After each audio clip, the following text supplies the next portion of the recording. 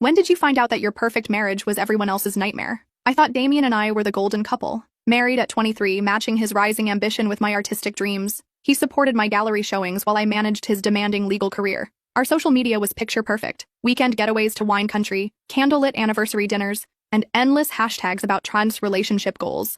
Everyone constantly told us how lucky we were. The first crack appeared at my college reunion. My former roommate Alex pulled me aside during the cocktail hour, her expression uncharacteristically serious. "How are you really doing?" she asked, studying my face with deep concern. "Amazing," I replied automatically. "Damien just made partner at his firm, and my latest collection is selling faster than—" "No," she interrupted firmly. "How are you really doing?" Something in her tone made my stomach twist violently. "What do you mean?" "The way he corrected you 3 times at dinner, how he ordered your meal without asking what you wanted, how you immediately apologized when he spilled red wine on your white dress." I laughed it off nervously. "He knows what I like better than I do. We're that connected." But her words followed me home like shadows. That week, I started noticing everything differently. How Damien would squeeze my hand painfully tight when I spoke to other men. How he'd finish my sentences at parties, usually incorrectly. How I'd gradually stopped wearing bright colors because he preferred me in muted neutrals. "It makes you look more sophisticated," he'd always say. During my sister's birthday dinner, I excused myself to the restroom. Standing in the narrow hallway, I overheard my entire family talking in hushed, worried tones. "She's completely lost herself," Mom whispered sadly.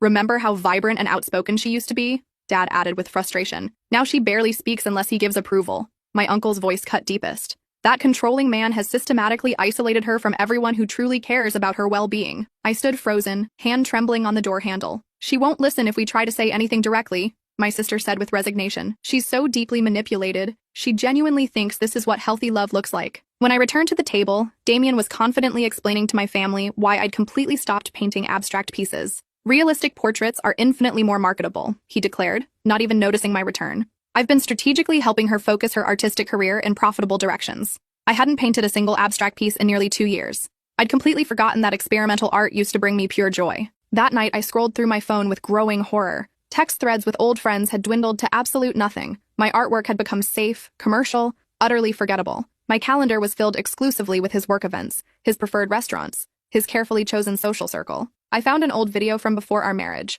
I was laughing freely, completely paint-splattered, dancing wildly in my cluttered studio, to music Damien always called pretentious noise. I looked like an entirely different human being. The next morning, while Damien showered, I called Alex with shaking hands. "I think I desperately need help," I whispered. "Thank God," she breathed with relief. "I've been waiting 3 agonizing years for this exact call." "How long has everyone actually known?" "Since your engagement party, when you transformed your entire personality overnight to match his expectations." That afternoon, I discovered something in his laptop that made my blood turn to ice. A folder labeled Project Wife contained hundreds of documents, spreadsheets tracking my daily routine,